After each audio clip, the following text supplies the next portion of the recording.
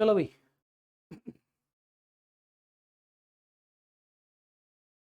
आज पहले अपन नया शुरू करते हैं, कल वाला रिवाइज करेंगे बाद में। चैप्टर निपटा दें, फिर आपको 2 छुट्टी देंगे अच्छे से याद करने के लिए। नहीं, 2 देंगे, संडे और मंडे 2 छुट्टी देंगे आपको।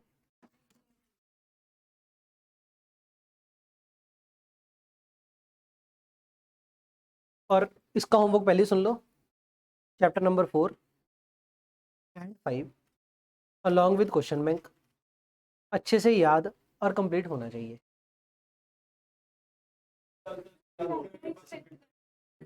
दो छुट्टी दी है ना यार, वो काउंट वाले सर ने दी है, ये एसएम का होमवर्क है, इंडिपेंडेंट रीड करें प्लीज।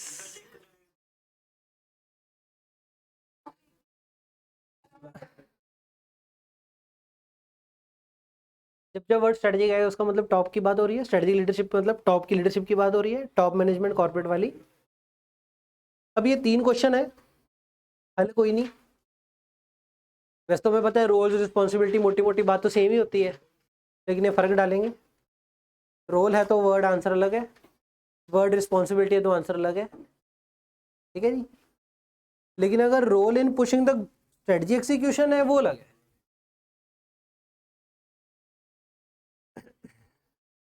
हल्ली कोई नहीं। ये क्वेश्चन चैप्टर नंबर 1 में है, लेकिन यहाँ पे क्यों रखा है, सो दैट रिकॉल हो जाए, है ना, कंपेरेबिलिटी के लिए। ये क्वेश्चन पे 3 स्टार मार्क करो, ये ज़्यादा इंपॉर्टेंट है। कुछ ना याद आए तो ये वाले ठोक देना, ये वाले ज़्यादा इंपॉर्टेंट है, चैप्टर नंबर 1 वाले, role of corporate level manager. Top में जो बैठा बंदा उसका काम क्या है मेन, पहला स्ट्रेटजी बनाएगा for the whole of the organisation. अच्छा, अगर आप ऑब्जर्व करो ना तो यहाँ पे सिंपल लिखा है स्ट्रेटजी बनानी, विजन बनाना नहीं लिखा हुआ। विजन तो ऑनर्स वगैरह ने बनाया होगा पहले से, मैनेजर बंदा है तो क्या करेगा, स्ट्रेटजी बनाएगा। लेकिन कॉर्पोरेट वाला बंदा है टॉप का, तो होल ऑफ द ऑर्गेनाइजेशन के लिए बनाएगा। दूसरा, ये मिशन डिफाइन करेगा और गोल डिफाइन करेगा, डिटरमाइन करेगा कौन से बिजनेस में हमें रहना है, which business should we be in, allocate करेगा रिसोर्सेज, इंप्लीमेंट करेगा स्ट्रेटजी, और लास्ट में लीडरशिप। ठीक है जी, हो गए। क्या क्या पॉइंट है, पहला स्ट्रेटजी बनाएगा, दूसरा मिशन एंड गोल डिटरमाइन करेगा, which business we should be in, business determine कर लिया, फिर एलोकेट करेगा रिसोर्सेज, इंप्लीमेंट करेगा स्ट्रेटजी और लीडरशिप करेगा। लेकिन अगर रिस्पॉन्सिबिलिटी ऑफ स्ट्रेटजी के लीडर की बात करें, रोल अलग है, रिस्पॉन्सिबिलिटी अलग है। डिसीजन बनाना, स्ट्रेटजिक डिसीजन ले लिए, फिर फॉर्मुलेट करेगा पॉलिसी, फिर कम्युनिकेट करेगा, फिर मैनेज करेगा एचआर, मैनेज करेगा चेंज, कल्चर और परफॉर्मेंस। है तो देखो बकवास, हल कोई नहीं। याद रह जाए तो बहुत बढ़िया, नहीं याद रहे तो हाथी घोड़े सब इकट्ठे कर दियो, हल ही कोई नहीं। जो टॉप वाला बंदा, पता ही है कल्चर भी उसी ने मैनेज करना है, पॉलिसी भी उसी ने बनानी है, पॉलिसी इंप्लीमेंट भी उसी ने करनी है, लीडरशिप भी उसी ने करनी है, एलोकेशन ऑफ रिसोर्सेज भी उसी ने करनी है, डिसीजन मेकिंग भी उसी ने करनी है for all of the organisation, business भी इसी ने डिटरमाइन करना है। इकट्ठे कर दियो हाथी घोड़े, क्या हल है, समझाने को तो कुछ है ही नहीं। देखो इसमें डिसीजन लेना, फॉर्मुलेट करना पॉलिसी, कम्युनिकेट करना लोगों को, लोग रेजिस्ट कर सकते हैं उनको मैनेज करना, और मैनेजिंग द चेंज आ गया, कल्चर आ गया, और परफॉर्मेंस ओवर द टाइम। ठीक है जी, सस्टेन करना, हाई परफॉर्मेंस पे चले हम। वो तो थे जनरल दोनों, कि जनरल रोल क्या है, जनरल रिस्पॉन्सिबिलिटी क्या है। अब ये जो रोल्स है ना, ये स्ट्रेटजी एग्जीक्यूट कराने वक्त है, इसमें स्ट्रेटजी एग्जीक्यूशन वर्ड हाईलाइट करो ऐसे ही, जैसे मैंने किया ना, कि रोल इन स्ट्रेटजी एग्जीक्यूशन। जब स्ट्रेटजी को एग्जीक्यूट करवाना है, इन दैट टाइम क्या रोल है, ये स्पेसिफिक क्वेश्चन हो गया, वो जनरल था।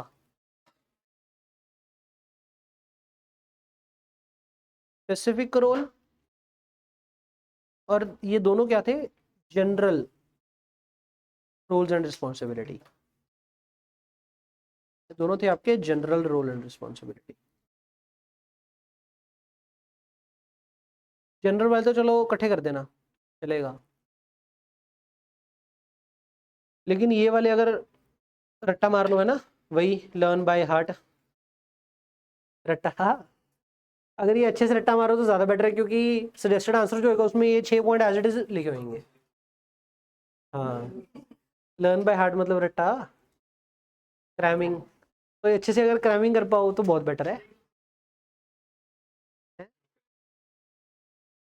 लर्न बाय हार्ट मतलब रट्टा, क्रैम। हाँ, मिट्टी गोली। तो क्या समझे? मिट लर्न बाय दिल से वाली फिक्र बताना क्या क्या हाइट में, फिक्र ही याद आता है हाइट में। पहले तो स्ट्रेटजी डेवलप करेंगे, डिटरमाइन करेंगे ऑब्जेक्टिव, मिशन, गोल, पॉलिसी ड्राफ्ट कर ली थी हमारी स्ट्रेटजी, फिर बिजनेस डिसाइड करेंगे, एलोकेट करेंगे रिसोर्सेज, लीडरशिप करेंगे, इंप्लीमेंट करेंगे। ठीक है जी। वैसे अदरवाइज कुछ और बातें, maintaining the high performance, culture develop करना, एचआर को मैनेज करना, मैनेजिंग द चेंज, ऊपरली बातें आ गई ये वाली। फिर आगे जब स्ट्रेटजी एग्जीक्यूट करवानी है तब क्या रोल प्ले करना है? पहला, staying on the top of what is happening. Organisation में जो भी हो रहा है हर एक चीज के ऊपर निगाह रखनी। स्टेइंग ऑन द टॉप का मतलब क्या हो गया? हर एक चीज के ऊपर निगाह रखनी, क्लोजली मॉनिटरिंग, देखो निगाह रखनी। स्टेइंग ऑन द टॉप में वर्ड हाईलाइट कर लो, ये क्लोजली मॉनिटरिंग, मॉनिटरिंग करनी है बस। And learning what obstacles lie in the path of the good strategy execution. पर promoting the culture of esprit de corps, है ना, replace I with V, esprit de corps इकट्ठे मिलके चलेंगे। That mobilise and energise the organisation member to execute in a competent fashion and perform at a high level. ये याद ही रहेगा, ये तो इकट्ठे मिलके चलने वाला कल्चर। ऐसा है ना, चल क्या रहा है कि स्ट्रेटजी एग्जीक्यूट करवानी है, इंप्लीमेंट करवानी है, एग्जीक्यूट करवानी है, तो इन दैट फेज क्या रोल प्ले करेगा top manager?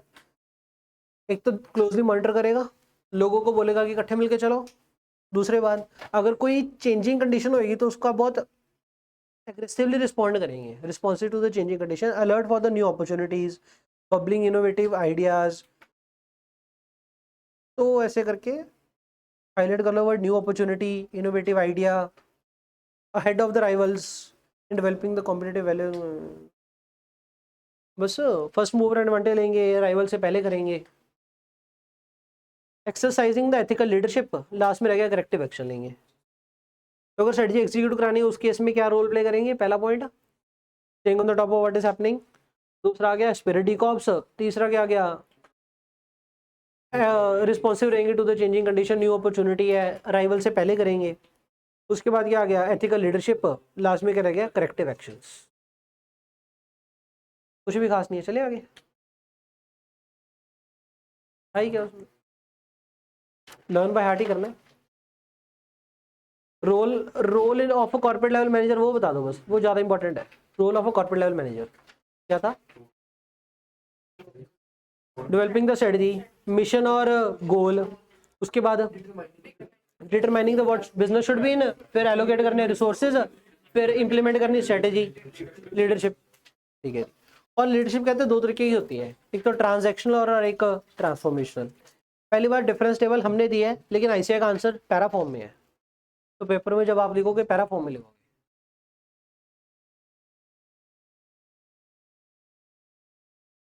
ICAI's answer in para form and not difference table.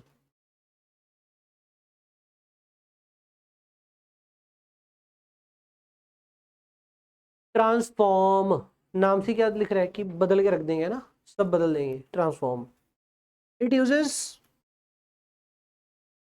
चाम, चाम वर्ड था ना, चाम, चाम मतलब चेहरे पे नूर। इट यूजेस चाम, चाम कैसे वर्ड बन गया? चरिज्मा। होएगा कुछ पास्ट प्रेजेंट कुछ तो, करिश्मा नहीं होए। क्या होता है वो? चलो ये वर्ब क्या होता है, एडजेक्टिव क्या होता है, हमें नहीं पता कुछ भी, बस उसी का फैमिली मेंबर है ये चाम वर्ड का।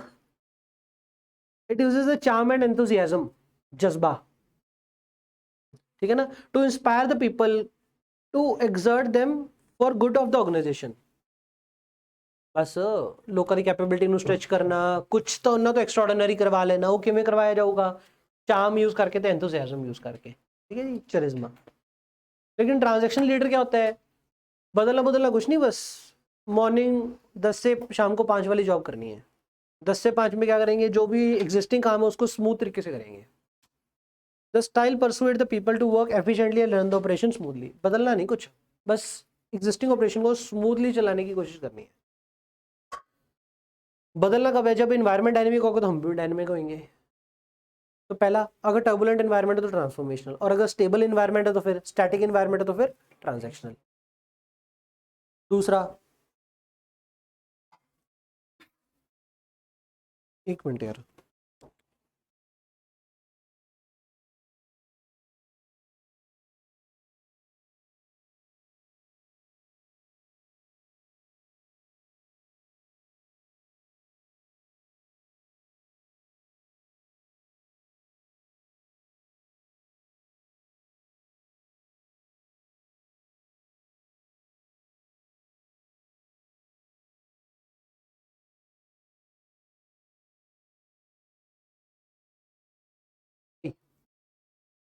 अगर हमने ये बनाया था ना चैप्टर नंबर 4 में प्रोडक्ट लाइफ साइकिल, कि अगर तो स्टार्टिंग में है या इंट्रोडक्शन फेज में है तो क्या यूज करें, ट्रांसफॉर्मेशनल ट्रांजैक्शनल? ट्रांसफॉर्मेशनल। लेकिन अगर यहाँ पे खड़े ऑलरेडी मेच्योरिटी स्टेज में तो फिर ट्रांजैक्शनल। इनफैक्ट इंट्रोडक्शन और ग्रोथ इन दोनों में ट्रांसफॉर्मेशनल और इधर ट्रांजैक्शनल। प्लस जब डिक्लाइनिंग फेज शुरू हो गया तब गिरावट शुरू है तो फिर ट्रांसफॉर्म कर लो, क्या पता कुछ एक्स्ट्रॉर्डिनरी कर लो, क्योंकि ट्रांजैक्शनल में तो फिर खत्म हो ही लो। तो या तो starting of the life cycle में या end of the life cycle में ट्रांसफॉर्मेशन। लेकिन अगर आपकी ये कौन सी स्टेज होती है, मेच्योरिटी स्टेज, मेच्योरिटी। वर्ड 4 होते हैं, इंट्रोडक्शन, ग्रोथ, मेच्योरिटी, डिक्लाइन। तो ऊपर वाली मेच्योरिटी स्टेज होती है, मेच्योरिटी स्टेज में ट्रांजैक्शन लगाओ, स्टार्टिंग और एंडिंग में क्या लगाओ, ट्रांसफॉर्मेशनल।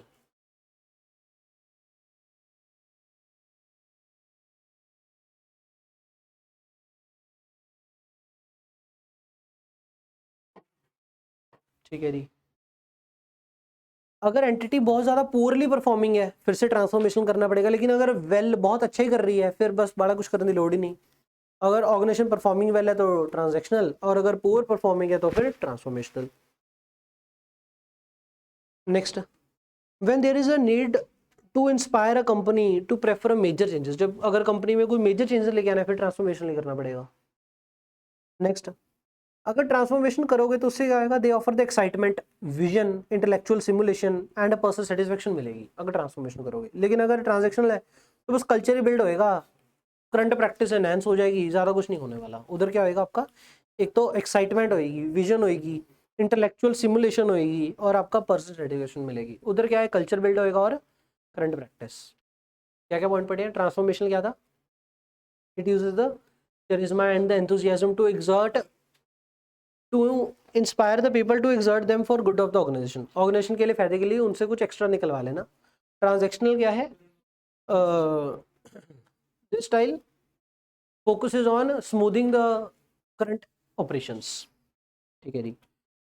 और टर्बुलेंट एनवायरनमेंट में लगाना है, उधर स्टैटिक एनवायरनमेंट में लगाना है। इधर स्टार्टिंग या ending of the life cycle में लगाना है, उधर मेच्योरिटी स्टेज में लगाना है। उधर क्या आ गया, जब परफॉर्मिंग वेल है। इधर क्या आ गया, जब पोरली परफॉर्मिंग है। और क्या आ गया, जब मेजर चेंज लेके आना ऑर्गेनाइजेशन में तब लगाना है। अगर ट्रांसफॉर्मेशन लगाओगे तो विजन मिलेगा, इंटेलेक्चुअल सिमुलेशन होएगी और आपका सेटिस्फेक्शन मिलेगी। लेकिन ट्रांजैक्शनल में क्या मिलेगा, सिर्फ एक कल्चर बेटर मिलेगा और करंट प्रैक्टिसेस एनहांस हो जाएंगी। It gives followers a dream, इधर क्या मिलेगा, लोगों को एक सपना बेचेंगे। So as to elicit more dramatic changes and to promote innovation throughout the organization। innovation throughout the organization होगी, dramatic change होंगे, बड़े changes। उधर क्या होगा, formulas approach to simple motivation रहेगी बस। clear setting of the goals with explicit reward and penalty for achievement and non achievement। बेकार काम ही उधर। हाईलाइट ये 3 वर्ड इधर हो गए, ऊपरले पॉइंट में हाईलाइट किया हुआ है यार, किया तो हुआ हाईलाइट। स्टैटिक मेच्योर ले कर लो, परफॉर्मिंग वेल।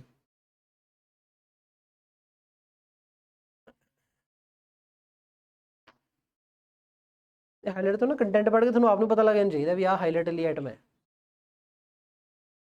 ਸਹੀ ਹੈ, ਇਹ ਤੁਹਾਨੂੰ ਪਛਾਣ ਹੋਣੀ ਚਾਹੀਦੀ ਹੈ। ਮੈਂ ਤਾਂ ਇਹ ਕਹਿ ਰਿਹਾ ਵੀ ਕਿਹੜੀ ਚੀਜ਼ ਹਾਈਲਾਈਟ ਕਰਨੀ ਹੈ ਖੁਦ ਤੋਂ। जो मैं लिखे हैं 3 वर्ड थोड़ा पता होना चाहिए यार, 3 वर्ड हाईलाइट करने हैं। इधर आ गया motivate the follower to do more than the originally affected to do by stretching their ability, do more then.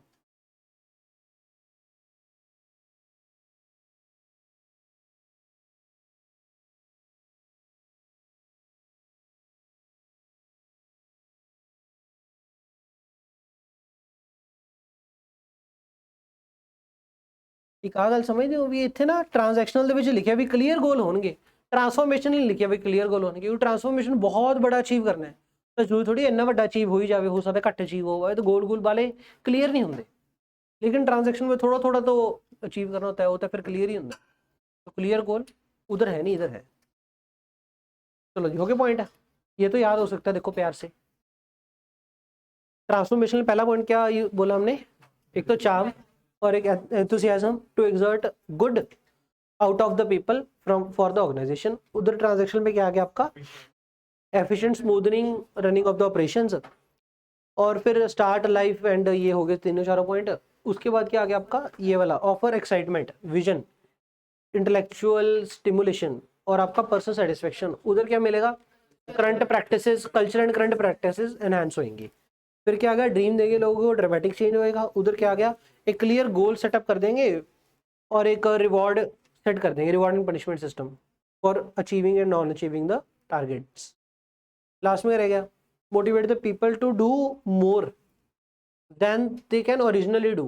जितना कर सकते सी, अगर बंदा 8 घंटे काम कर सकता है उनमें से 12 घंटे की आउटपुट निकालना, वो ट्रांसफॉर्मेशन का काम है। स्ट्रेचिंग देयर एबिलिटीज, उधर क्या आ गया, बस डिजाइनिंग द सिस्टम। ठीक है जी। स्ट्रेटजी कंट्रोल,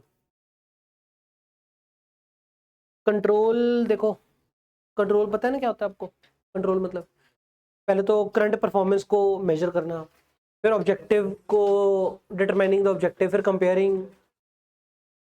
सेटिंग स्टैंडर्ड नहीं आएगा, डिटरमाइनिंग स्टैंडर्ड आएगा। डिटरमाइनिंग और सेटिंग में फर्क है। ऑलरेडी होने के बस उन्होंने लभ लो भी साढ़े रेलिवेंट केड़े केड़े है। ठीक है, कंट्रोल की कहानी सारी पता है हमें।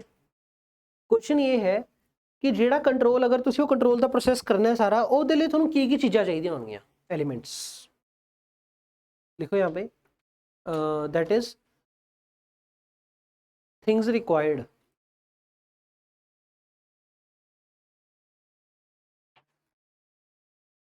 For doing controlling activity.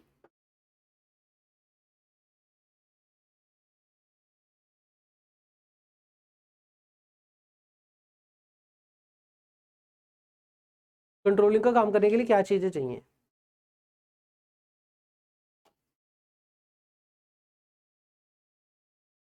हम कहते थे कि हमें परफॉर्मेंस मेजर करनी है ना, तो मेजर करने के लिए कोई तो टूल चाहिए जो परफॉर्मेंस मेजर कर पाएगा। तो एलिमेंट क्या आ गया, a tool for measuring the current performance. ये देखो, अब मैकेनिज्म, मैकेनिज्म ये टूल एक ही बात है, for monitoring and measuring the performance of the system, tool for measuring the performance. दूसरा डिटरमाइनिंग द ऑब्जेक्टिव था, तो आपको ऑब्जेक्टिव चाहिए, पोस्ट की चाहिए, दोनों ऑब्जेक्टिव चाहिए, objectives of the business which could be measurable and controllable. मिल गया। उसके बाद थर्ड काम क्या होता था, दोनों को कंपेयर करना।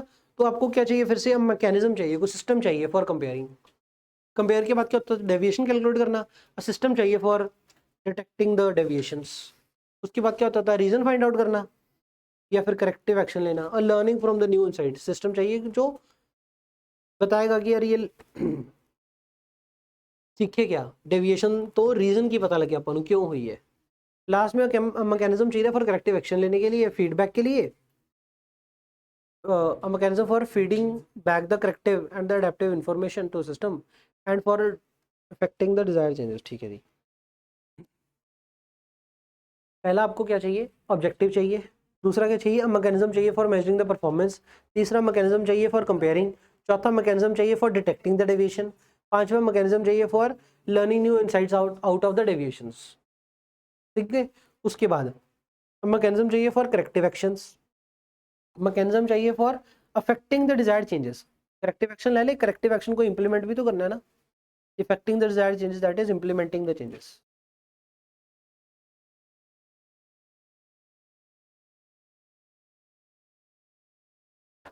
implementing the changes.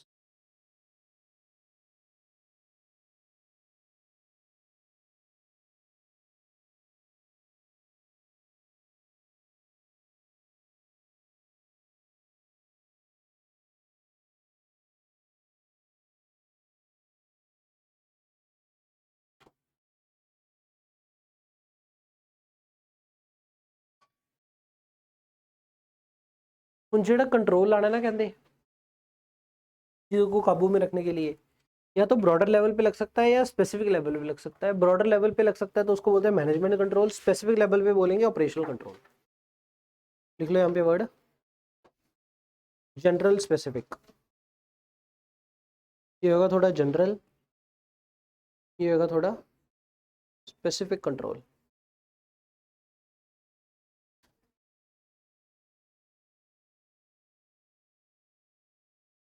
जैसे गोडाउन में सामान पड़ा है तो गोडाउन में सामान पड़ा तो बाहर गेट कीपर खड़ाना चाहिए कोई, तो इससे तो जनरल कंट्रोल मैनेजमेंट कंट्रोल के अंदर आएगा।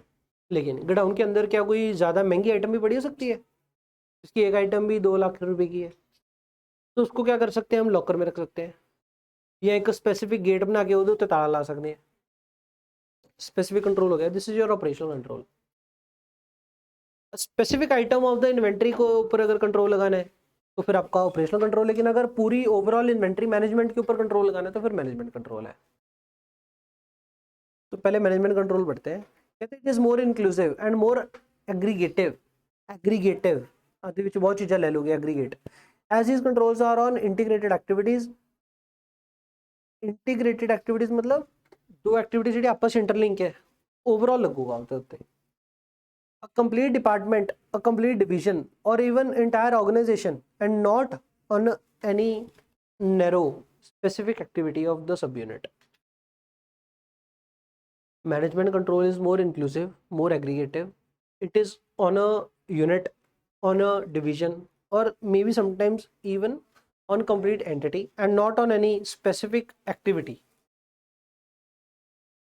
It is a process by which the managers assure that the resources are obtained and used effectively. पर ठीक है जी, कंट्रोल का ऑब्जेक्टिव ये होता है। बकवास है मुझे पता है,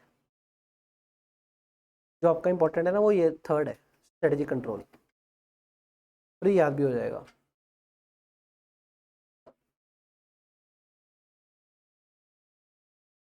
थर्ड वाला याद भी हो जाएगा, ऊपर ले दो पोरू है थोड़े से, बस मोटा मोटी बात इतनी है। एक मोर एग्रीगेटिव है, एक मोर स्पेसिफिक है। अ स्पेसिफिक एग्जांपल पढ़ लो। The focus of the operational control is on individual task और the transaction and not on any aggregative function. For example, procuring specific item of the inventory is a matter of operational control and not the inventory management as a whole. Inventory management as a whole क्या बन गया, management control.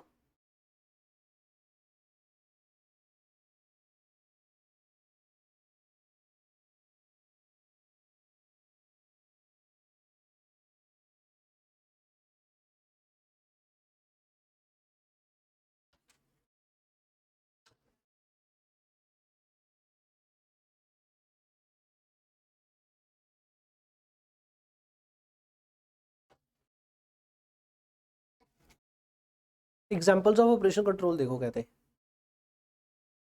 Stock control, production control, quality control, cost control, budgetary control. कुछ नहीं है इसमें, चले आगे, बकवास है। स्ट्रेटजी कंट्रोल, स्ट्रेटजी कंट्रोल मतलब ये स्ट्रेटजी मैनेजमेंट पढ़ रहे हैं ना, तो स्ट्रेटजी मैनेजमेंट में हमने स्ट्रेटजी बनाई होगी कुछ सोच के कि आउटपुट आनी चाहिए, तो इंश्योर करना कि जो हमने आउटपुट सोची थी क्या वही आई है। The result produced of the strategy are those as intended। दूसरा, स्ट्रेटजी वैसे ही इंप्लीमेंट हुई है जैसे हमने सोची थी, whether the strategy is implemented as planned। क्या स्ट्रेटजी कंट्रोल में हमने ढूंढना क्या है, हम इंश्योर करने जा रहे हैं कि जैसे हमने सोचा था वैसे इंप्लीमेंट हुई है। दूसरा, रिजल्ट जो हमने सोचे थे आएंगे क्या वही आए हैं, whether the strategy is being implemented as planned, whether the result produced are those as intended। ये चीज़ें इंश्योर करनी है। ये चीज़ें कैसे इंश्योर करोगे आप, 4 तरीके हैं आपके पास।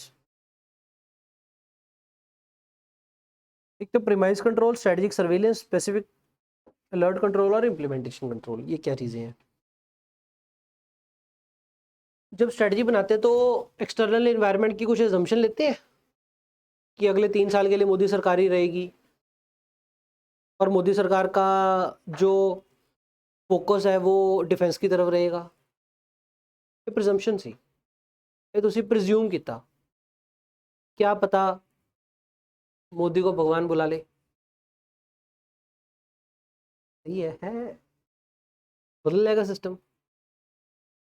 तो हमने बेसिकली अपनी ऑर्गेनाइजेशन के लिए जो स्ट्रेटजी बनाई होगी कुछ प्रिजम्पशन के बेसिस पे बनाई है, तो वो प्रिजम्पशन चेंज भी हो सकती है। तो स्ट्रेटजी कंट्रोल के लिए अगर आपने ये इंश्योर करना है कि आपकी स्ट्रेटजी वही आउटपुट दे जो आपने सोची थी, तो आपको बार बार प्रीमाइस कंट्रोल करते रहना चाहिए, मतलब प्रिजम्पशन की वैलिडिटी चेक करते रहना चाहिए। जेडी प्रिजम्पशन ते स्ट्रेटजी बनाई सी बार बार चेक करते रहो भी वो प्रिजम्पशना अज भी होल्ड गुड है या नहीं। अगर प्रिजम्पशना बदल गई थोड़ी स्ट्रेटजी का आउटपुट बदल जाऊगा, फिर आपका वो बकवास काम हो जाएगा। आप तो कह रहे थे कि जो मैंने सोचा था आउटपुट वही आना चाहिए, लेकिन आउटपुट नहीं आएगा। तो अगर आप चाहते हो कि आउटपुट वही आए तो आपको ये 4 काम करने पड़ेंगे। पहला, प्रीमाइस कंट्रोल। प्रीमाइस कंट्रोल मतलब checking the validity of the presumption whether the presumptions hold good or not। KD presumption वो presumption जिनके बेसिस पे ओरिजिनली स्ट्रेटजी एक बार ड्राफ्ट करी गई थी। फिर ये स्ट्रेटेजिक सर्विलेंस क्या होता है? कहते हैं वैसे बस न्यूज़पेपर पढ़ते रहो, निगाह मारते रहो, टीवी चैनल देखते रहो, आपको पता लगता रहेगा बाजार में क्या हो रहा है, बलूचिस्तान अलग हो रहा है, ठीक है, चलो तो बाजार में ये चल रहा है तो आप अपॉर्चुनिटी ढूंढो कोई, ठीक है ना जी। तो उससे क्या आएगा, बेसिकली आउटपुट बढ़िया रहेगी। तो बाजार में बस जनरल जनरल निगाह रखते रहो कि ट्रंप क्या कर रहा है, एक्सेट्रा।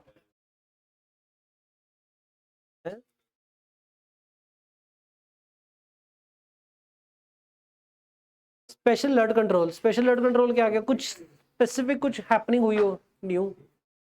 एक तो आ गया जनरल सर्वेलियंस, वैसे ही जनरल निगाह रखनी।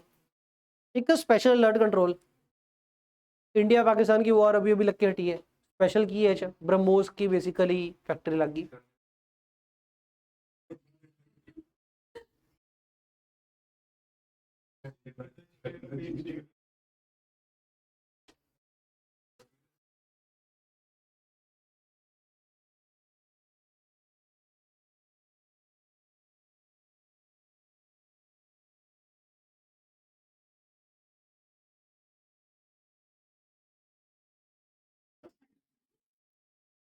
हो गया, पढ़ ले। A strategy is formed on the basis of certain assumption। कहते हैं जो स्ट्रेटजी बनती है कुछ assumption के बेसिस के ऊपर बनती है, और क्योंकि हमारा एनवायरनमेंट डायनेमिक क्या है तो assumption चेंज हो सकती है, ठीक है जी। Over a period of time this assumption may not remain valid। Premise control एक टूल है जो क्या करेगा, वेरीफाई करेगा। ये हाईलाइट करो, verify the validity and the accuracy of the premise on which the strategy have been built. ये तो सारा ही रीड करना पड़ेगा, फिर कहानी बनेगी।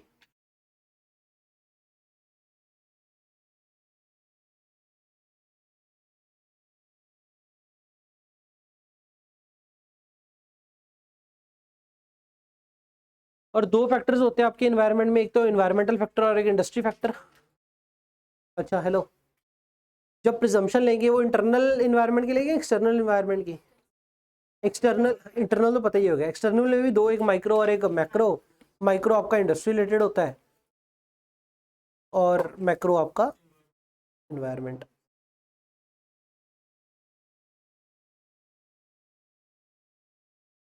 एक्सटर्नल में 2 होंगे, माइक्रो एंड मैक्रो। इसमें मैक्रो की मेमोरी टेक्निक क्या थी आपकी? पेस्टल, उधर कॉस्मिक, ठीक है। बस ये वाले एलिमेंट्स लिख देना बीच में। It is neither feasible nor desirable to control all the types of the premises in the same manner। Different premises may require different type of strategic control। Fine। Thus, the managers are required to select those premises which are likely to change and would severely impact the business। क्या कहते हैं? assumption ਬਾਲੀਆਂ ਹੁੰਦੀਆਂ उनकी कुछ देखी जावांगे ਤਾਂ ਕਹਿੰਦੇ यार जिन्ना ਦਾ substantial impact है बस ਉਹਦੇ ज़्यादा मथा मार लो, जो severely impact करेंगे उनके ऊपर ज़्यादा मथा मार लो। severe impact में कुछ नहीं था हाईलाइट करने, वैसी बात थी, ठीक है जी। प्रीमाइस कंट्रोल समझ में आ गया? क्या कहा था प्रीमाइस कंट्रोल में? Our strategy is build over the certain assumption and environment dynamic है, तो ये assumption चेंज होती रहेंगी। तो आपने करना क्या है, by the time environment validity check करनी है assumptions की कि अभी भी होल्ड गुड है या नहीं, एक्यूरेसी है या नहीं। किनकी assumption चेक करोगे? या तो कुछ इन्वायरमेंटल फैक्टर्स की या फिर इंडस्ट्री फैक्टर की।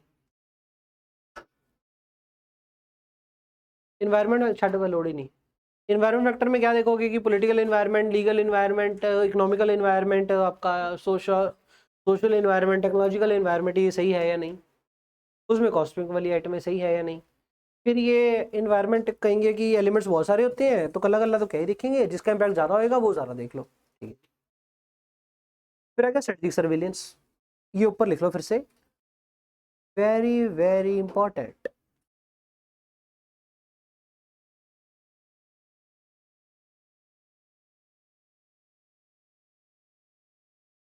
आपको पता है एसएम की भी केस सिनेरियो बुकलेट है,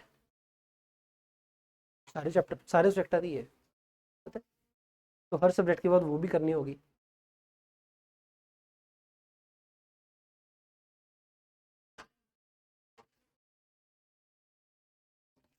लाड़ा क्यों नहीं आया आज? बीमार है हो? इंडिया तो छड़न गए सन।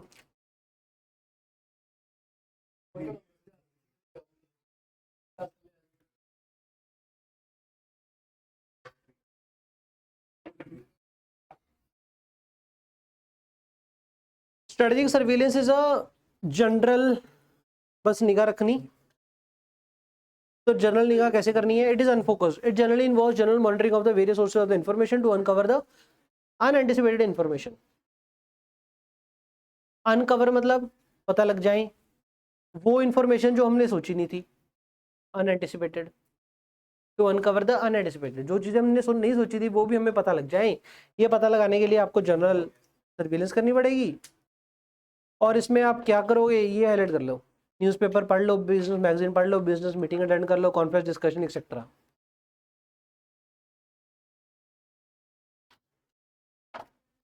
उसके बाद आ गया special alert control. Special alert control में क्या कहेंगे कि स्पेशल हैपनिंग के ऊपर ध्यान रखो। एट टाइम्स अनएक्सपेक्टेड इवेंट में force the organization to reconsider the strategy. Sudden changes in the government, 5 साल बाद मोदी ने हटना होता है, ये नॉर्मल है। ये तो स्ट्रेटेजिक सर्विलेंस बात है, मतलब 5 साल बाद इलेक्शन होंगे तो इलेक्शन में हट सकता है, दिस इज स्ट्रेटेजिक सर्विलेंस का पार्ट। एकदम से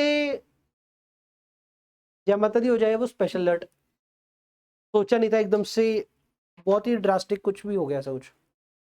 तो अनएक्सपेक्टेड मर्जर हो गया, अनएक्सपेक्टेड सडन चेंज आ गया गवर्नमेंट में, नेचुरल कैलेमिटी होगी, टेररिस्ट का अटैक हो गया एकदम से। पता थोड़ी था पुलवामा में अटैक होएगा और ऐसे इतना खर्चा हो जाएगा। पाकिस्तान को पता ही नहीं था, देखो रातों रात।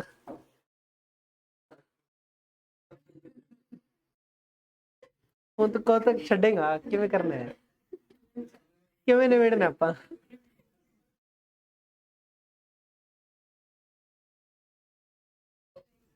है नहीं उन्होंने डिलीट करा है पोस्टा, फिर मनेगा तो किਵੇਂ मनेगा।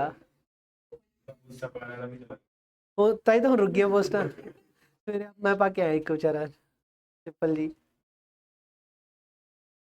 नहीं होता कुछ नहीं, बस लोगों पाता मोबाइल नंबर पाता बस, बंदा क्या होता। चलो, to cope up with such a situation एक क्राइसिस मैनेजमेंट टीम खड़ी कर लो।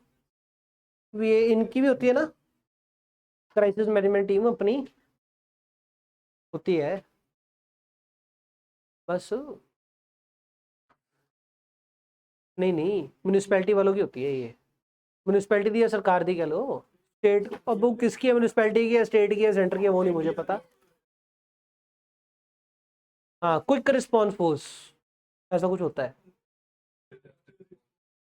चलो, तो ऐसे ऐसी कोई रिस्पॉन्स फोर्स हमारी कंपनी में भी खड़ी कर लो, crisis management team. Special alert control में क्या आएगा? एट टाइम्स अनएक्सपेक्टेड इवेंट्स हो सकते हैं जो हमें स्ट्रेटजी को फिर से रिकंसिडर करने के ऊपर फोकस करवाएं। और ये कैसे हो सकते हैं इवेंट्स? नेचुरल कैलेमिटी आना, सडन गवर्नमेंट में चेंज होना, को अनएक्सपेक्टेड मर्जर एक्विजिशन हो जाना, अनएक्सपेक्टेड डीमर्जर हो जाना। ओए, अनएक्सपेक्टेड डीमर्जर, आपकी देखो इंटर हिल गई थी बेचारों की, अनएक्सपेक्टेड डीमर्जर हो जाना ऐसे। क्लिक की नहीं कर दी गल्ला, क्या है यार। स्पेशल अलर्ट कंट्रोल, तो स्पेशल अलर्ट कंट्रोल है ऐसे, ठीक है जी। चौथा इम्प्लीमेंटेशन कंट्रोल।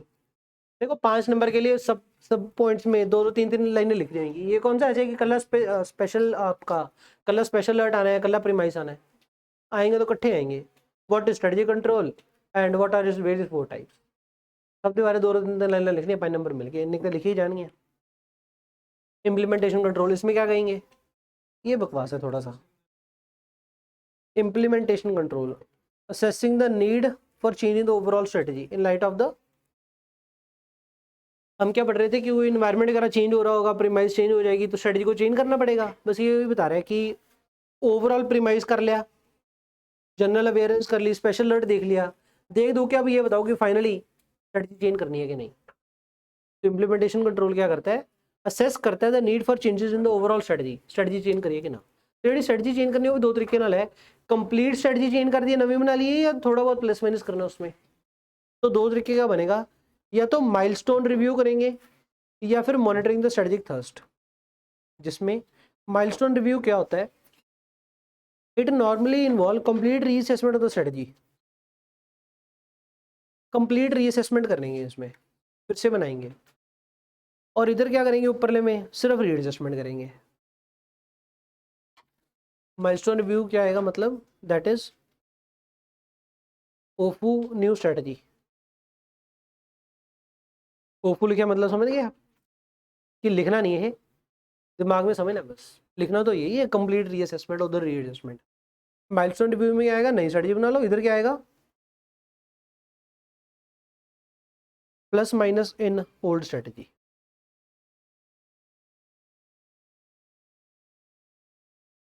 लाला हेरेडर वोट लेंदा वे विकास लाला कहता की है आनी है कि टिकट है वो इन्नी टेंशन होंगी इतने आके बही जाया कर आ गया नहीं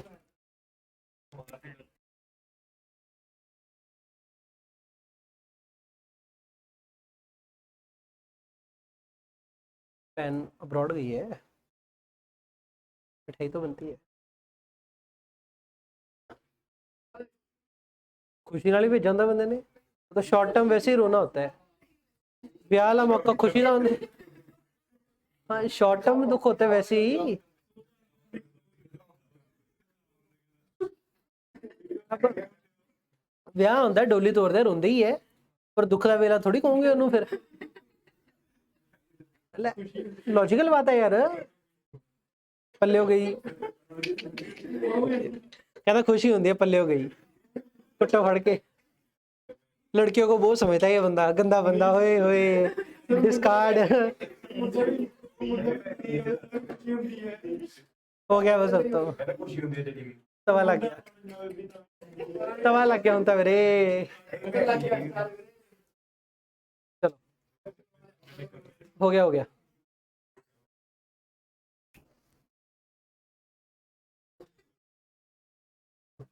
हो गया क्वेश्चन ये था आपका 3 टाइप्स ऑफ ऑर्गेनाइजेशनल कंट्रोल एक तो मैनेजमेंट और एक ऑपरेशनल और एक स्ट्रेटजी कंट्रोल मैनेजमेंट में कहेंगे ओवरऑल एग्रीगेटिव होएगा इंक्लूसिव होएगा स्पेसिफिक आइटम के ऊपर फोकस नहीं करेगा inventory management as a whole के ऊपर कंट्रोल लगाने वाला सिस्टम हो गया ऑपरेशनल कंट्रोल क्या हो गया स्पेसिफिक आइटम हो गया एग्जांपल आपका cost control revenue control budget control या फिर inventory specific item control specific होएगा फिनिश थर्ड स्ट्रेटजी कंट्रोल में क्या करेंगे हम लोग ज़्यादा खुल गए ना स्ट्रेटजी कंट्रोल में ensuring whether the strategy is being implemented as planned दूसरा whether the results produced are those as intended ये इंश्योर करना है ये इंश्योर करने के लिए हमारे पास 4 ऑप्शन है चार ऑल्टरनेटिव्स ही हैं नहीं ऑल्टरनेटिव भी नहीं कहेंगे चार टाइप है कि चार काम पैरेलल चारों ही करने हैं। पहला, एक तो प्रीमाइस कंट्रोल। प्रीमाइस कंट्रोल में क्या करेंगे, हम कहेंगे कि देखो जब स्ट्रेटजी बनाते हैं तो किसी प्रिजम्पशन के ऊपर बनाते हैं, तो आपने बार बार ये, क्योंकि एनवायरनमेंट डायनेमिक है तो प्रिजम्पशन चेंज हो सकती है, चेक करो प्रिजम्पशन होल्ड गुड है या नहीं, एक्यूरेसी चेक करो। और चेक कर ली, उसके बाद प्रीमाइस अपन ने जो चेक करना है वो तो एक्सटर्नल एनवायरनमेंट होगा, या तो माइक्रो होगा या मैक्रो होगा। और क्या, फिर फैक्टर वाले सारे होते हैं जो मेजर फैक्टर है उनके ऊपर ज़्यादा फोकस करना। दूसरा, स्पेशल अलर्ट कंट्रोल, उसमें क्या आएगा, एग्जाम्पल कोई स्पेशल अलर्ट कंट्रोल क्यों किया जाता है, it is done so as to unfold some unanticipated information, जो नहीं सोची थी लेकिन हो गई, उसके बारे में पता लगाना, अनकवर करते हैं। पहले इधर आ गया, चलो। तो स्पेशल अलर्ट की एग्जांपल्स क्या आएंगी, कोई नेचुरल कैलेमिटी हो जाना, sudden change in the government होना, कोई अनएक्सपेक्टेड मर्जर एक्विजिशन हो जाना, डीमर्जर हो जाना, एक्सेट्रा। जनरल सर्वेलेंस में क्या आएगा, स्ट्रेटेजिक सर्वेलेंस मतलब जनरल सर्वेलेंस मतलब कि बस वैसे ही to get the update about the happenings in the environment. ठीक है, इसके लिए क्या करेंगे, हम न्यूज़पेपर पढ़ेंगे, मैगजीन पढ़ेंगे, बिजनेस मीटिंग अटेंड करेंगे, और क्या जाएगा, लेक्चर लगाएंगे, एक्सेट्रा। बिजनेस मीटिंग ठीक है बस वर्ड।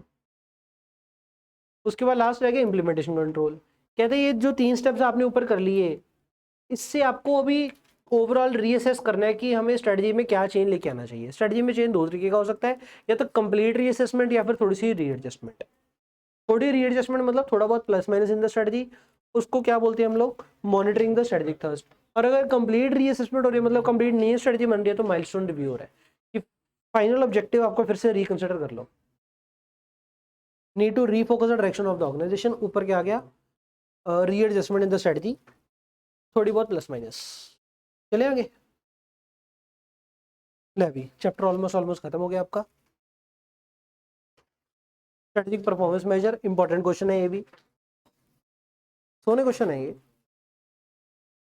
परफॉर्मेंस मेजर सारी इंपॉर्टेंट है। अ, किसी एंटिटी की परफॉर्मेंस कैसे कैसे देखी जा सकती है। सबसे पहली परफॉर्मेंस आपके दिमाग में क्या आती है कि सर नेट प्रॉफिट, फाइनेंशियल। दूसरी परफॉर्मेंस कस्टमर कितने खुश है। तीसरी परफॉर्मेंस मार्केट पोजीशन मतलब कॉम्पिटिटिव पोजीशन, एम्प्लॉय खुश है कि नहीं, एम्प्लॉय सेटिस्फेक्शन, ये भी परफॉर्मेंस मेजर है।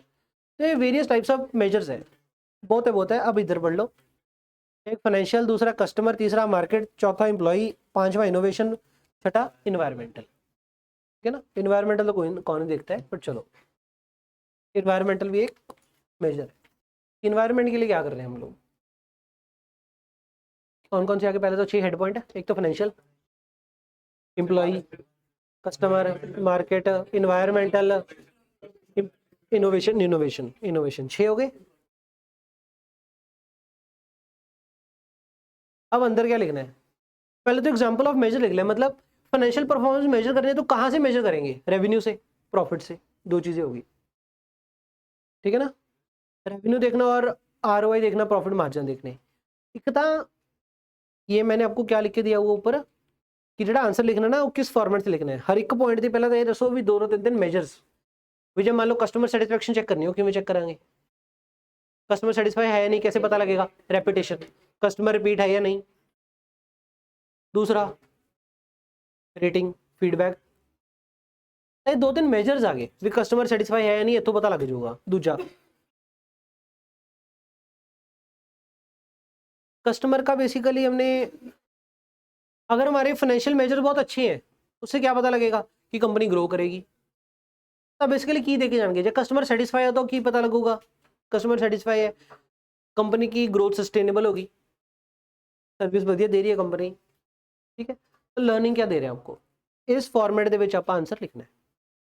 तो पहला पढ़ो, थ्योरी ऐसी होनी चाहिए ना, बकवास नहीं होनी चाहिए, रोल रिस्पॉन्सिबिलिटी बकवास मारी जाते बेले।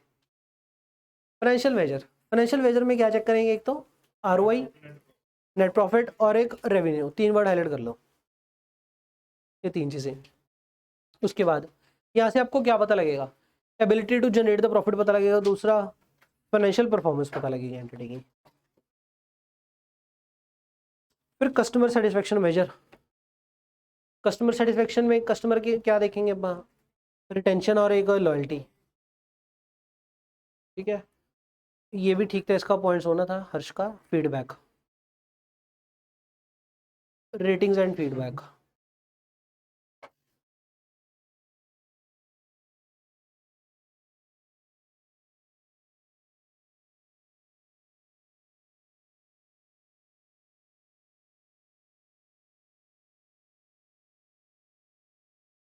और कस्टमर सेटिस्फेक्शन देखिए हमें क्या पता लगता है कि हमारी कितनी कैपेबिलिटी है कि हम कस्टमर की नीड को सेटिस्फाई कर पा रहे हैं।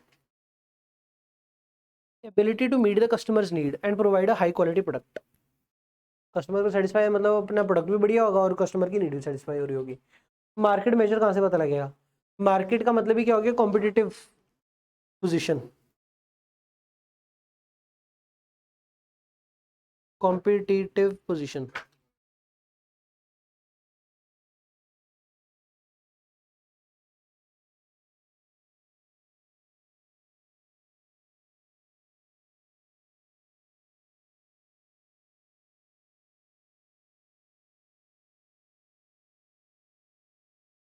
ठीक है, आपने बहुत बार वर्ड सर के मुंह से सुना होगा, कैक कैक, कस्टमर एक्विजिशन कॉस्ट, सुना होगा ना, कॉमन वर्ड था सर का।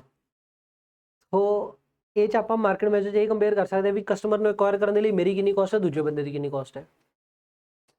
ਵੀ ਇੱਕ ਬੰਦਾ ਹੋ ਸਕਦਾ ਜੈਨੂਇਨ ਕਸਟਮਰ ਵੈਸੇ ਹੀ ਲੈ ਕੇ ਆ ਰਿਹਾ, दूजा बंदा लोगों को कमीशन दे के कस्टमर्स लेके आ रहे हैं। तो कॉम्पिटिटिव कंपैरिजन में कंपेयर कर सकते हैं हम लोग। तो एक तो मार्केट शेयर दे सकते हैं, दूसरा कस्टमर एक्विजिशन कॉस्ट दे सकते हैं। यहाँ पे वर्ड लिखो कस्टमर एक्विजिशन कॉस्ट। और थर्ड आ गया कस्टमर के रेफरल्स।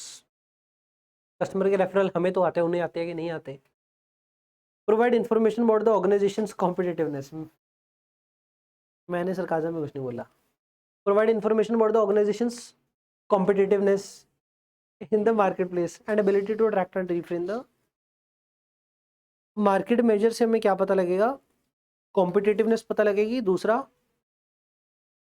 कितने इजी तरीके से हम अट्रैक्ट और रिटेन कर पाते हैं द कस्टमर्स। एम्प्लॉय मेजर कैसे पता लगेगा कि एम्प्लॉय खुश है कि नहीं?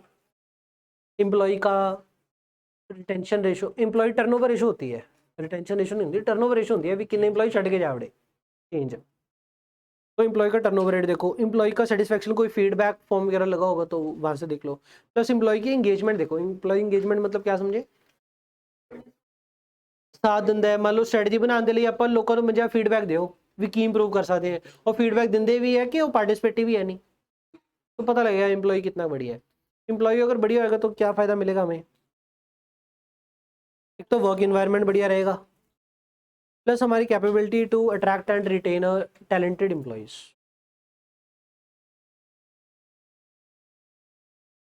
परफॉर्मेंस मेजर कौन कौन से हैं? क्वेश्चन क्या आपका?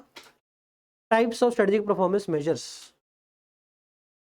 परफॉर्मेंस मेजर होता क्या है वैसे? Performance measure the indicator that the organization use to track the effectiveness of the strategy and तो ठीक है।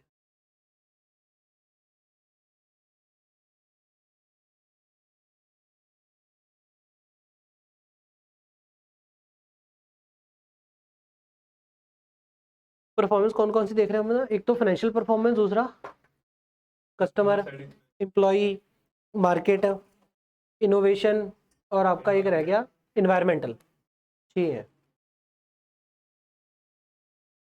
ये ना 1 2 3 4 भी लिख सकते हो यहाँ पे। जब रिकॉल करोगे तो याद रहेगा कि 6 बोलने हैं आप। 3 4 5 6।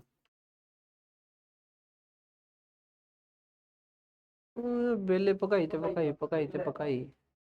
एक का विकास ते किधर इंदर लोड नहीं आती ना दोनों की पकाई।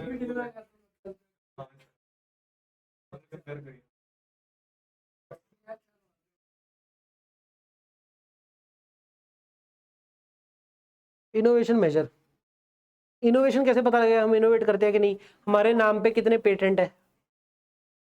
डेवलप्ड कैसे पता लगेगा हमारे नाम पे कितने पेटेंट्स है? हम R&D के ऊपर खर्चा कितना करते हैं, कितने परसेंट R&D के ऊपर खर्चा करते हैं? ऐसे R&D का खर्चा, पेटेंट एप्लीकेशन और न्यू प्रोडक्ट लॉन्चेस कितने हैं? ठीक है जी। और इससे हमें क्या पता लगेगा? फर्स्ट मूवर एडवांटेज ले पा रहे हैं कि नहीं? अगर R&D बहुत ज़्यादा बढ़िया करे फर्स्ट मूवर एडवांटेज मिलेगी। लिखा है कि नहीं लिखा?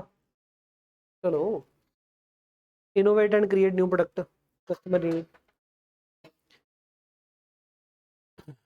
लिख सकते हैं वैसे तो यार। First mover advantage, ability to innovate and take first mover advantage.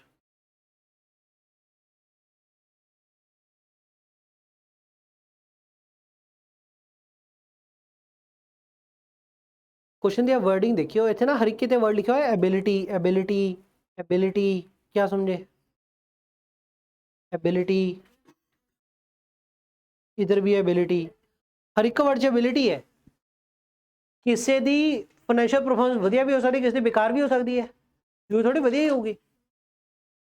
वधिया तो ये की दसूगा, मतलब जै जी भी परफॉर्मेंस होगी हमारी उतों ही पता लगू भी यार मेरी कितनी क्षमता है प्रॉफिट जनरेट करने की, रेवेन्यू जनरेट करने की, मेरी कितनी क्षमता है इंप्लॉई ਨੂੰ रोक के रखने की, मेरी कितनी क्षमता है कस्टमर ਨੂੰ रोक के रखने की, अट्रैक्ट करने की, नवे प्रोडक्ट लॉन्च करने की, opportunity of first mover advantage ਨੂੰ ग्रैब करने की एबिलिटी। आप भी ये वर्ड्स गोले मार लो, एबिलिटी एबिलिटी एबिलिटी मार लिए गोले, एबिलिटी वर्ड गोले मार लो एबिलिटी। पेपर में ऐसे वर्ड लिखोगे ना थोड़े थोड़े, उतना उतना जितने जितने वर्ड्स ऐसे करते रहोगे थोड़े थोड़े, सजेस्टेड आंसर से आंसर मैच होता जाएगा, नंबर वधो वध मिलते रहेंगे। इन्वायरमेंटल मेजर में क्या चेक करेंगे कि एनर्जी बिजली कितनी कंज्यूम कर रहे हैं, पोल्यूशन कितना कर रहे हैं, और क्या लिखा है, कार्बन एमिशन आ गया पोल्यूशन में, वेस्ट कितना। एक और मेजर किमें चेक कर सकते हैं अपना इन्वायरमेंटल, ਆਪਾਂ ਨੂੰ मान लो इन्वायरमेंट को हार्म करने की पेनल्टी पड़ रही है कि नहीं, वहाँ से चेक कर लो। पेनल्टीज इफ एनी इम्पोज्ड, वो तो पता लग जाऊगा भी आप इन्वायरमेंट का कितना ध्यान रखते हैं।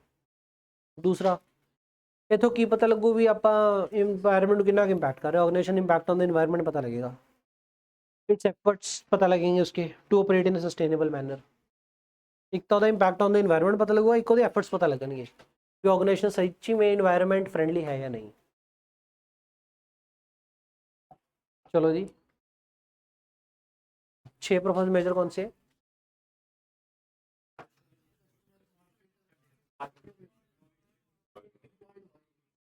हो गया। फाइनेंशियल कौन कौन से मेजर है फाइनेंशियल को देखने के लिए, आरओआई, रेवेन्यू, प्रॉफिट।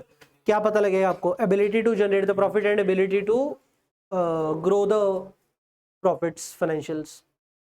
दूसरा customer loyalty, retention, satisfaction, feedback, इतों पता लगूगी मेजर होगी कस्टमर की परफॉर्मेंस। अच्छा इंपैक्ट पता की लगूगा इतों आपको, ability to meet the customers need. दूसरा प्रोवाइड द हाई क्वालिटी देने के नहीं। फिर एम्प्लॉय कैसे पता करेंगे, एम्प्लॉय वाला, एम्प्लॉय की turnover rate, employee satisfaction, employee engagement, participation. ठीक है जी। क्या पता लगेगा यहाँ से, ability to retain and attract talented employees, positive work environment बनेगा। इन्वायरमेंटल कहाँ से पता लगेगा, इन्वायरमेंटल कार्बन एमिशन कितने हैं,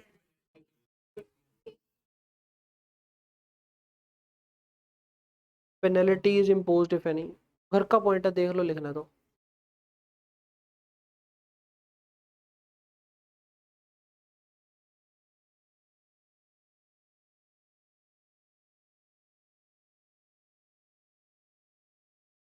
मेरे को स्पेलिंग आते नहीं मेरे, मेरे अंग्रेजी नंबर से 60 है, तुहानू 50 बार दसे, मैं रोंदा मर गया, तुम दस। Penalties imposed if any. Innovation कहाँ से पता लगेगा, R&D। अच्छा इन्वायरमेंट आपको क्या बताएगा कि इन्वायरमेंट के ऊपर कितना इम्पैक्ट है आपका, और आप कितने एफर्ट्स लगा रहे हो इन्वायरमेंट को सस्टेन रखने के लिए। दूसरा इनोवेशन, इनोवेशन में क्या करेंगे हम लोग,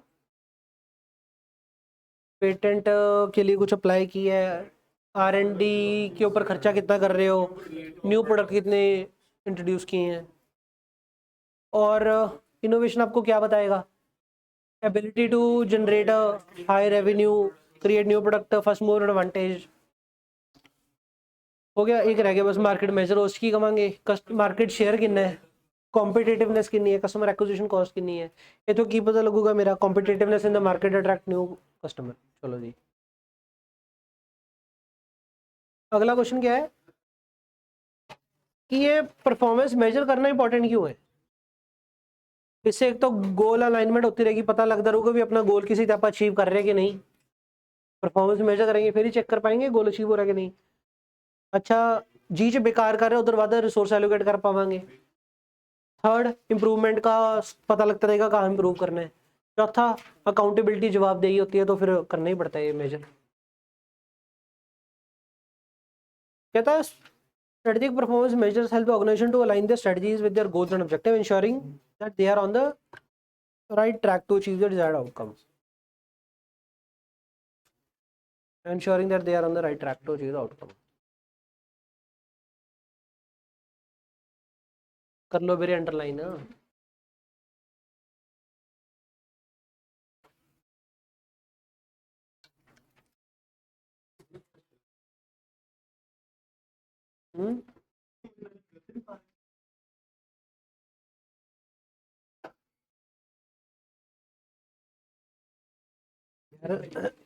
द थिंग इज वो सोना नहीं लगता है सोना लगता है की फर्क पैंदा है।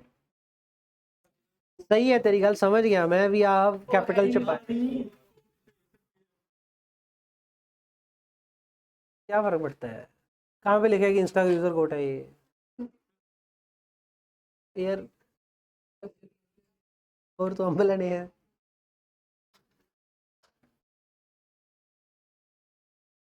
चलो क्वेश्चन क्या है importance of strategic performance measurement. Strategic performance को मेजर करना क्यों जरूरी है। एक तो हमारी इससे गोल अलाइनमेंट होती रहेगी। गोल अलाइनमेंट का मतलब क्या होगा ensuring that we are on the right track to achieve our objective. दूसरा रिसोर्स एलोकेशन। इससे क्या आएगा एरियाज पता लग जाएंगे कहाँ पे areas that will have the greatest impact on the performance. बस ठीक है एलोकेट द एरियाज पता लग जाएंगे कहाँ पे एलोकेशन ऑफ द रिसोर्सेज करनी है जहाँ पे हम पुअर परफॉर्म कर रहे हैं। Continuous improvement head point important है अंदर तो ऊपर जाएगी इसकी कि by enabling them to track their progress and make their adjustment to improve their performance of the time. External accountability में क्या कहोगे by providing a clear and transparent picture of their performance.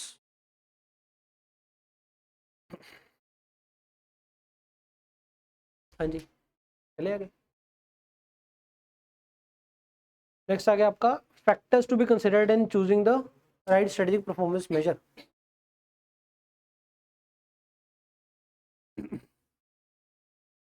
देखो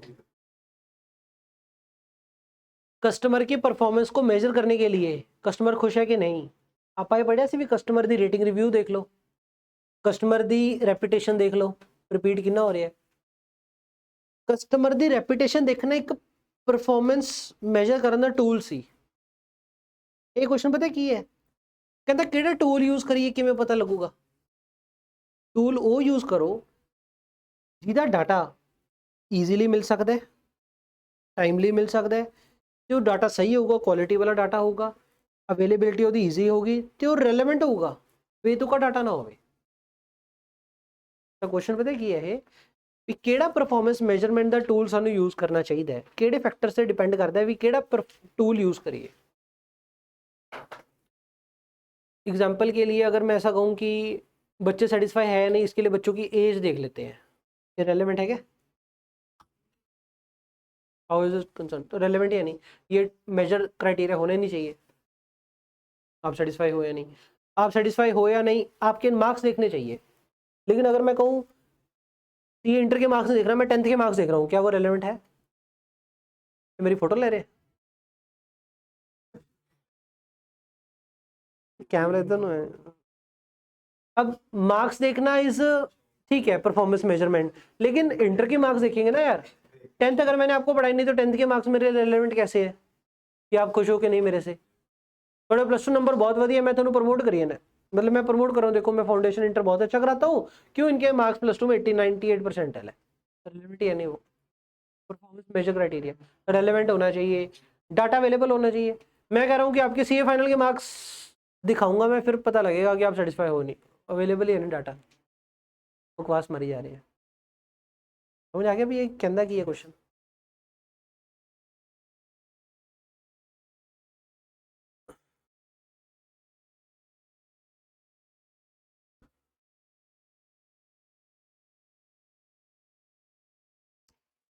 क्वालिटी का मतलब क्या आ गया word ये हाईलाइट कर लो एक्यूरेट एंड रिलायबल।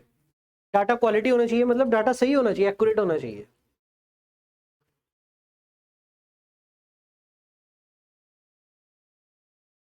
और डाटा टाइमली आना चाहिए, अप टू डेट होना चाहिए। डाटा इतनी लेट आया, मतलब जो फाउंडेशन पास हुए थे आपसे फोटो मंगाई थी कि फोटो दे दो, ठीक है, लेकिन कोई बच्चा महीने बाद फोटो भेजी जाता है, उदों पोस्टर पै हटिया, फिर की फायदा रह गया। तो टाइमली भी अवेलेबल होना चाहिए डाटा, फिर ही फायदा है। Last, effective strategic performance measures should be relevant, meaningful, easy to understand and should be regularly। फिर बकवास मार रहे हैं। अब परफॉर्मेंस मेजर करने के लिए ना दो चीज़ें होती हैं, या तो triple bottom line, planet people profit देख लो, मतलब ये प्रॉफिट का मतलब बिजनेस एंटिटी प्रॉफिटेबल है या नहीं, प्लैनेट का मतलब इन्वायरमेंट हो गया, ठीक है, यहाँ पे वर्ड इन्वायरमेंट हो गया, और पीपल का मतलब क्या हो गया, एम्प्लॉय भी आ गए, स्टेक होल्डर आ गए बेसिकली सारे, ऑल स्टेक होल्डर्स।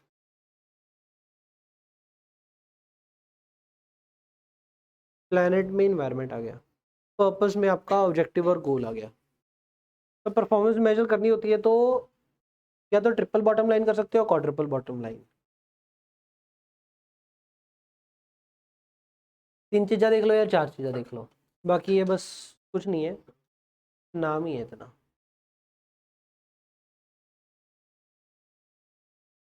लो भी चैप्टर 5 हो गया, अब खत्म आपका, ठीक है। अब हम करते हैं रिवीजन। हमारा एक क्वेश्चन पेंडिंग है, हमारा एक क्वेश्चन पेंडिंग है, वो वाला आपका 7S। 7S वाला क्वेश्चन अपन ने करना है क्वेश्चन बैंक से। चुप करके बैठे रहो, 12 बज के 9 मिनट हो गए, मेरी क्लास 1 बजे है, मैं क्या करूँगा ना टाइम।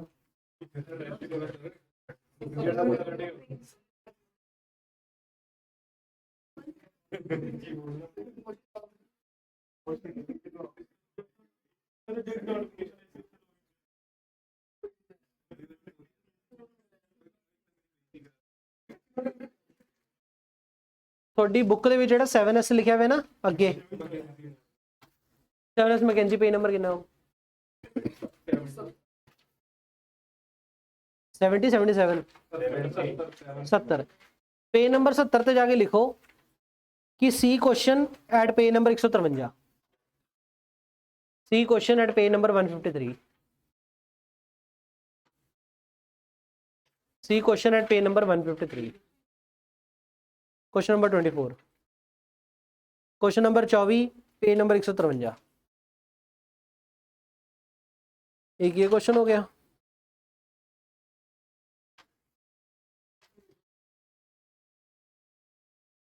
प्लस लिखो page number, question number 20 page number 151, question 20 page 151, उत्थे लिखना है 7S ਤੇ ही 151।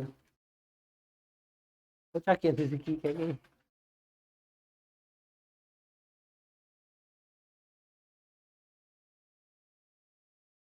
सारे 100 का नंबर है, 100 डिजिट याद नहीं आता। लेवल 2 क्वेश्चन है,